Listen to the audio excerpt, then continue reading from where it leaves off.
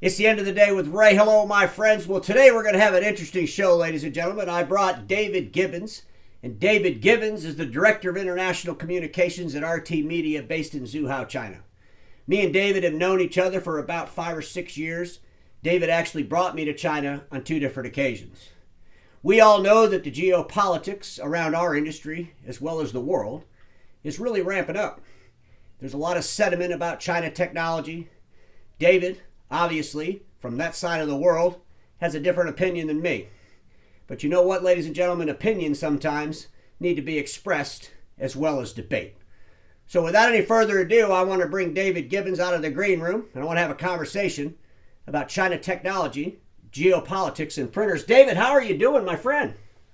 Hi there, Ray. How are you? Good to catch up with you. Thanks for the invitation. Well, you know, David, at the end of the day, I think the whole entire industry, regardless of the technology sector, realizes that we have an issue with geopolitics. We absolutely have an issue. We got balloons flying around our country, spying on us. I'm sure that you're going to say that we're spying on people over there in China or spying on people in Australia. So we all spy. Some of us get caught and some of us don't. But the bottom line is when, Putin invaded Ukraine, that's kind of started this whole entire rethinking of the world and the powers in the world and the dictatorships around the world. And, at the end of the day, I think that what we're hearing with TikTok, and I don't believe that anybody in the United States should be putting Lexmark printers in any government offices. If individuals want to do that, we're a free country. They'll be able to do it. They should have some security around that. But I'm afraid if the government here says we're not going to put Lexmark printers in our accounts, well, the rest of the businesses are going to follow. Why would they take the chance? But, I'm all ears. Tell me why this isn't a threat and why is Ray just exaggerating this problem and maybe it's not real. Well, thanks again, Ray. And let me declare up front, I've been in China now. I'm not Chinese. My wife is Chinese. And I've been in China now for 11 years, living and working there in China with RT Group, putting on the Remax World Expo, publishing magazines and connecting the industry globally, I guess, from a footprint there in Zhuhai, China. And I have started to see things very, very differently. I'm an Australian. I'm actually, this meeting right now, I'm in Australia and heading back to China next week. But I have had to completely unlearn my views. And, Ray, to be honest with you, most of the time I agree with a lot of the things that you say, and I am challenged by what you say, but I really love the fact that you're saying it and getting us to think. But when it comes to some of the recent topics that you've been discussing, I've got to say, hey, I've got to call Ray out on this, Sure. to talk about communist China and put an adjective in there. I mean, we don't talk about monarchist Britain or democratic US, but you're using the word communist for China. So you're trying to inflame some emotion here. And I guess it goes back to the Cold War with the Russians and that when they were communist and all the rest of it as well. And, the fear of communism and the threat that it has to democracy, I guess. So I just want to call you out on that and just say you are inflaming the situation and that, I do have a different view on China. Well, I'll tell you this, that the reason I use the word communist would be the same reason that someone would maybe walk into a place of worship and swear. Because if they do that, they're going to get the attention.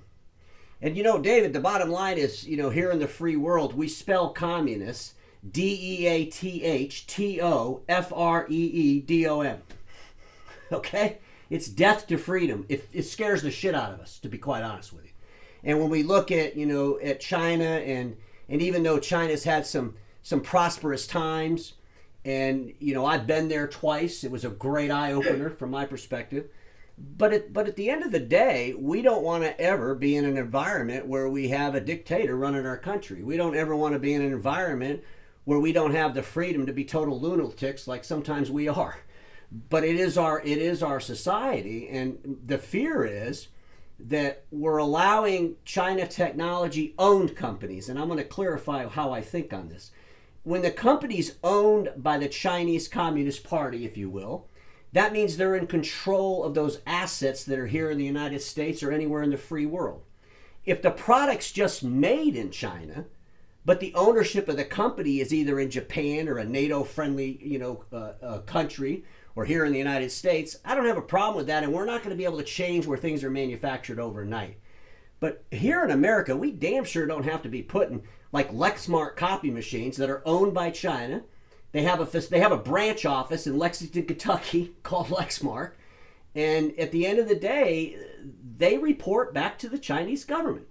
That's just a fact. So why is that a good thing for us to be putting that stuff inside of our government offices? I mean, tell me why we shouldn't be upset about it. It comes down to this issue of fear, and you need to go and talk to Lexmark yourself. And I think they're only about 400 miles from you. You ought to get down there and see them. But, I'm not a representative of Lexmark.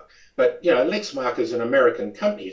It was a spin-off from IBM some 30-odd years ago, and started up there in Lexington in 1991. They're an all-American company as such. And yes, in 5 years ago, it became fully owned by the Nine Star group of companies and a consortium of Chinese companies. But, you're assuming that, as people are with TikTok, that everything goes back to the Chinese government. The Chinese government is more concerned about trade and lifting people out of poverty. Ray, I don't know if you know this, but some 770 million people in the last 40 years have been lifted out of poverty because of the relationships China has been able to develop with countries to trade.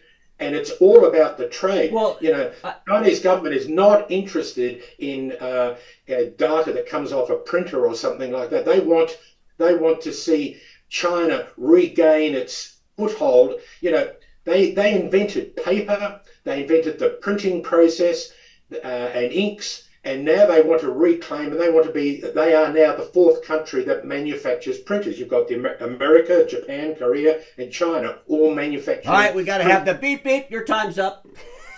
We should have had a moderator. All right, David, here's the reality. I got to go back to the thing about, Lexmark. I don't care where Lexmark was born. Doesn't really matter.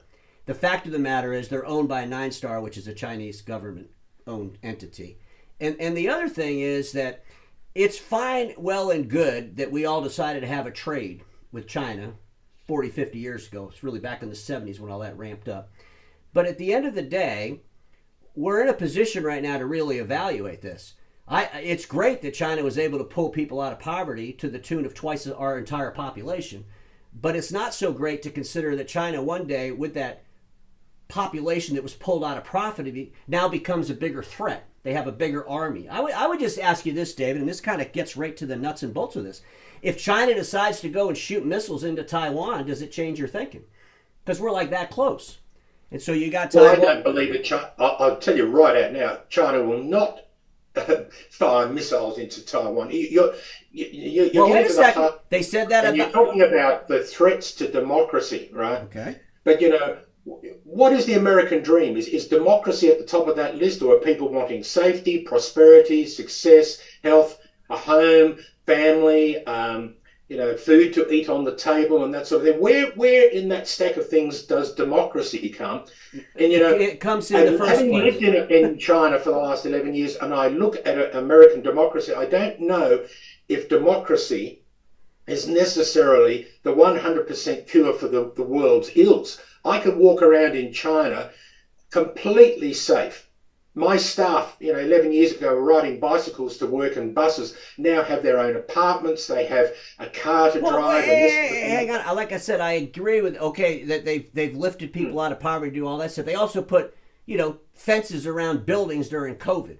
They also had their own people that were out in the streets protesting that. David, the bottom line is you're not allowed to protest in China. And to answer your question, of all the things that we want in America, number one is freedom and democracy. Absolutely. We will sacrifice. We will sacrifice. Well, I don't agree with you on in that. America. The people here in America, they're not. We see what happens when we talk about socialism, even, or there is no way in the world that we're going to give up freedom of any sorts, of anything close to what's going on in China, in the China world, in America. It's never going to happen. People will die in the streets over that. And the bottom line is, we see the rhetoric that's going between China and Taiwan, and your president going over there and having drinks with Putin. There's a threat here. There's a threat for a World War III. There's a threat. The threat there, Ray. The threat there is that China is doing something with Putin that America would like to be able to do. America doesn't have the influence with Putin. If you think that Xi went over there and said, "Yeah, look, how many tanks do you need, and what else do you need?" Let's not think about things in this sort of way, Ray, at all. I mean, you and I were not in the room, so we don't know what was actually said. But you can be, rest assured that China is looking for peace. I would say if China was looking for peace, they would support all the sanctions, and they're not. You have Lexmark writing out letters. No, you're looking at things from an American perspective. No, well, I'm looking at things. Sanctions have obviously worked in history. Wait a second. They're hold a it. tool and all the rest of it. We're talking about the entire free world against China and Russia at this point. Everybody agrees with the sanctions except for North Korea, China, and Russia. So if the whole free world is against this, well, wait a second. But I'm just saying, if the whole free world, for the most part, we're the influence of the world, if you will, all agrees that this invasion of Ukraine is an invasion. It's yes. Not. So if we all agree, hey, we're on the same page. But at the end of the day, then if China really wants to stop it, they should have been forceful along with the rest of them. And maybe Putin would have had a different look. But China's giving Putin that little bit of a leash. Hey, we're over here, so don't worry too much. We'll be your friends. And at the end of the day, David, the bottom line is this, that we have a trade agreement we both benefit from. There's no doubt about it. But it boils down to we just entered into another Cold War, and I believe China's going to be in the mix now. It's going to be between Russia, China, and North Korea against the free world, NATO countries and NATO-friendly countries.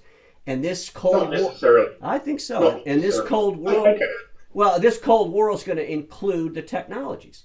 And so as technology providers or service providers in whatever world you're in, we have to decide how we're going to handle that. You're not allowed to have China's not putting American technologies in their government offices. China doesn't allow Google. They put ramifications on that. China doesn't have YouTube. China doesn't have Facebook. So, we're over here arguing about TikTok, and everybody's saying, "Oh no, TikTok, we should have that." But over in China, they can do whatever they want. Nobody cares anything because the people can't argue. No. And this is part of the geopolitics, is that software, the apps that we use on our phones, here in Australia, the government offices have all turned TikTok off overnight. And I understand the reasons why they do that. I've got no particular problem with that. And I think, we have to, preserve our sovereignty in each place. And if that sovereignty means that you've got to turn off certain software. I mean, you can go to Arabic countries, you can go to India, you can go to African countries, and Western media is not always switched on there either. It's not just China versus the rest of the world here. Various countries will choose which software and apps their people can watch and use. And I think America and Australia and other countries that are saying, look, TikTok, we're concerned about that. I don't think TikTok's the monster it's being portrayed to be, personally, but I understand the fact that there is a need to, and this is part of the geopolitics. Well, in China, you don't have Facebook and YouTube. Okay, you've switched that off. Well, here in America, we're going to turn off TikTok as well. Okay, that's part of geopolitics. Well, you got, I just saw this come up. I'm going to pull my notes up real quick, but you got Apex, which we all know is owned by Nine Star. And they just, they're coming over here with U stations, and they're doing A3PL, third-party logistics. They're putting a facility in New York, North Carolina, and California. And we also know that Nine Star's headquarters, I'm going to keep saying it because I think people need to pay attention to this. It's in Lexington, Kentucky. And just like you just said, that's an American company. A lot of people still believe that. And the argument Lexmark, I'm going to tell you the argument Lexmark has, and they've had the same argument for the last 4 or 5 years as this subject come up. Lexmark will argue that they have security clearances. They'll argue that they have, the government passes their tests. They can put the machines in there and there's no data going anywhere. But my argument has always been around the Chinese-owned companies. The bottom line, David, is they're putting in third-party logistics centers in the United States. As a satire joke on an episode, I said, do they collect all the machines and send them back to Zhuhao? And when they get them in Zhuhao, now they have access to all these hard drives that run all these machines. They have access to memory chips that are in these machines. And now I'm reading how they're actually putting reclamation centers in the United States to possibly go ahead and collect not only cartridges, but hardware as well. The bottom line is there needs to be a really strong debate. And I think we need to understand exactly what they do back at Zhuhao with all this equipment, what they exactly do with the data they're collecting in their cloud platform. Lexmark has a cloud platform. I'm buying a machine, and I'm going to say it and make you mad, from the Communist Chinese Party company called 9-Star. I'm putting it in a government office and I'm scanning documents into a Lexmark cloud. And Lexmark's going to say, well, that's all secure. We can prove that that's all secure. But at the end of the day, we also saw balloons flying across the country, and now we're saying that they were actually taking pictures and sending data back live. So the argument is going to get to a point, and this is where I think the pressure is on the companies themselves. The argument is going to get to the point where the end user is just going to say, why do I even want to take the chance? So and TikTok's going to start this argument.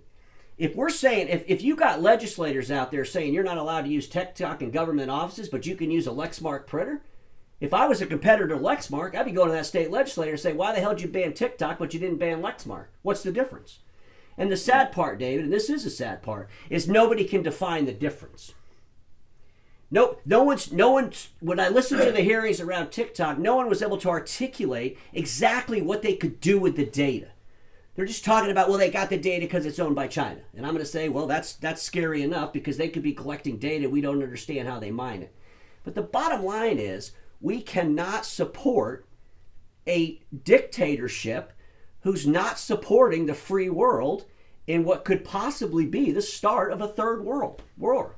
And that you could say that's hyperbole. You could say that's, Ray's exaggerating all this crazy stuff. But there's people dying. Absolutely. They're dying in Europe right now. And the thing with Taiwan is a little bit risky. It only takes a mistake to cause a war. And, we just had the Taiwan president was speaking with our Speaker of the House, and China went crazy over that. And the bottom line, David, is as an industry, this is where we got to go next. What do we do as an industry if all of a sudden they're not buying Lenovo and they're not buying Lexmark and all the 9-Star printers in the United States? What happens to all the people that work for these companies that aren't Chinese? What do we do? How do we build an infrastructure? We got to have the conversation so we're ready for it, because I truly believe it's going to happen. No, the conversation's good, and I'm glad we're debating this issue, because having lived in China, all I can say, Ray, is that having experienced and realizing what they're wanting to achieve and why they're wanting to achieve it is completely different to the fears that you're worried about and that you're speaking about and inflaming. I believe that you're inflaming them by, putting a red tag on the name of the country. This is they see things and do things quite differently, but that doesn't mean that it's wrong. Doing things differently. The way you put your shoes on in the morning may be different to the way I put mine on in the morning. But I tell you what, is that you still put on the shoes. That's the issue is China. No, let me finish. China really wants to have a president. They're knocking on the door. They're number 2 in the world at the moment. They obviously want to become number 1. They went down to Brazil. And now they're saying to the Brazilian as a country, saying, you can now deal with us with the RMB. You don't have to use the US dollar to trade anymore. That is an immense threat to America to lose the grip on power. And that is the real issue that we're talking about here. Yes, we can talk about Lexmark and Apex and 9-Star and Chinese-made products and all the rest of it, and testing here and testing there. But at the end of the day, it's a fear that's not grounded in reality. Having been there and lived there and looking at the technology that's being developed, but you just gave us the argument. Why in the world do Americans and anybody in the free world want to continue to keep pouring money into China so that China can become number one. And once Xi's number one, he can do whatever the hell he wants. Now you're getting to the key point. You're exactly right. That's the point. It's not about whether about Taiwan or Hong Kong or any of the domestic issues that China is facing and having to deal with. They're all domestic issues. And American strategy is to go in, if we can prise this off and somehow attack the domestic issues, then maybe we can get China to fall over, and there won't be a threat to us anymore. Well, we don't want. I mean, David, at the end of the day, there is a free world and a free society that fought and died for that freedom. That's never changing. We'll fought and die again.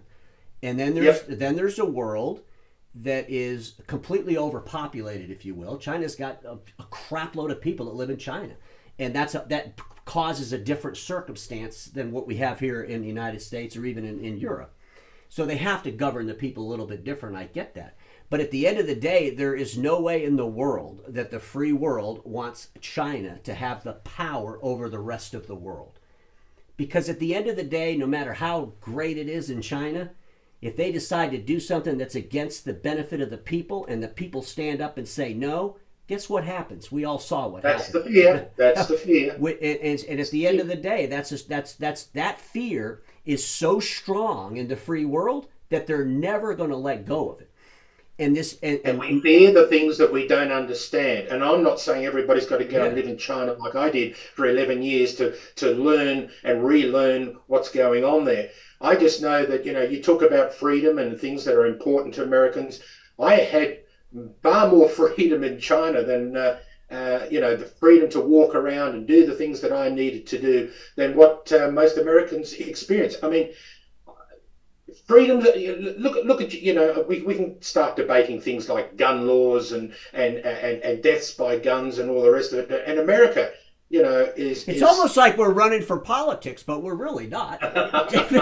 David, I'll tell you this. I agree with you. We could go down the rabbit hole. You're not going to. I don't want to go down that. No, and you won't. No one's going to convince.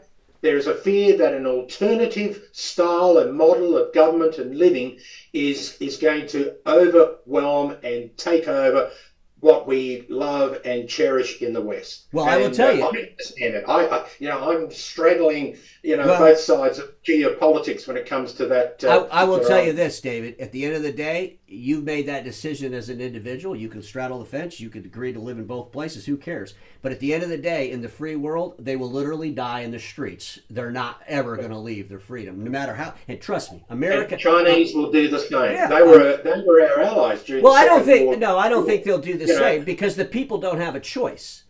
If the people had a choice, maybe they wouldn't do the same.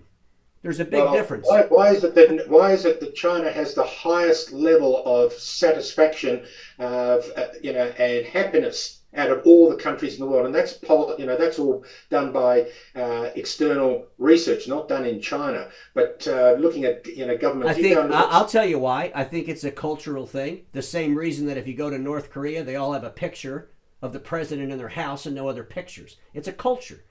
Yes. Yeah, and David, yeah. Here just to give you some sense on that. When I went to Prague about 20 years ago, I mean the whole wall had just come down, not too far ahead of that. And on the tour bus, we had a young lady who never experienced the wall. Okay, and she was probably like 18 years old at that time. It's about 18 years after the wall came down. And then we had an older lady who was her aunt, who was the tour guide.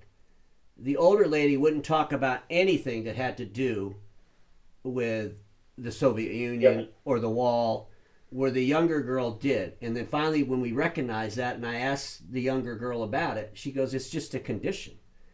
Even though there's no threat, it's just you lived your whole life in this condition that your government is your God, if you will, or your superior that you're going to obey." But at the end of the day, we kind of got off track. But I think that conversation is really. Well, maybe we did. But at the end of the day, the Chinese want peace. They want peace. They want trade. They want to prosper. They want to have influence. And I think, it'll be interesting to see how all that maps out. Well, I'll tell you this: they can do whatever they want, and they can grow their country however they want. But over here in the United States, in our government offices, we have to make a decision: do we really want to put China technology in our offices, and do we really want to continue to support the Chinese, economy the way we are without any balance? Because we We're just got are. to look at it. What if you make those decisions? What are the real reasons for those decisions? Okay, that's what we need. Well, I would I say think the fear of a far bigger thing than data from my computer here may go through my printer and may end up going back to China somehow. I don't think that happens at all. But that's the fear. And Well, I think and the that's fear part is of much it. bigger. At the end of the day, David, the way data is collected, you're talking about massive amounts of data, and the way it's mined. We all see this GPT. Now we're at GPT-4 and all that stuff. Yep. So there's really good ways to mine data without human intervention to mine the data. And so Yep. anybody in their right mind, whether you're a dictator, whether you're the free world, you want to get as much data as you can. Because it's not about even how you understand how you mine it. It's how you're going to mine it maybe in the future, or how AI is going to mine it. And I believe China's on the path to get as much data as they can. I believe the free world's on the path to get as much data as they can. So the data grabbing is going on both sides. But at the And end of that's the a day, threat for all of us. well, at the end of the day, my concern right now in the real world today is that we have an opportunity to put pressure on China, maybe to back them up a little bit, and we can't be allowing ourselves, based on greed, to be dealing with Chinese technology because it's more beneficial to us monetarily, when in fact it could be a bigger threat than we're all paying attention to. But it's dialogue like this, even if it gets heated, we got to have it. That's one of the things that we don't have in the world today, enough debate. David, is there anything you want to add before I shut this off because you made me so mad? No.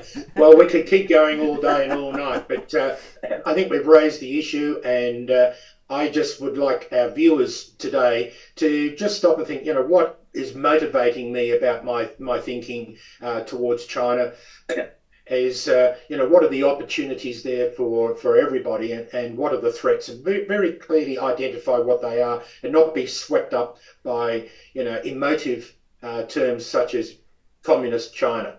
Well, that's not going away. We're hearing more and more of it, even from the politicians, and I'll probably say it more on the end of the day with Ray, because everybody watching me, David, knows this. Status quo is the killer of all that'll be invented. Don't get stuck in status quo, and I'll see y'all tomorrow.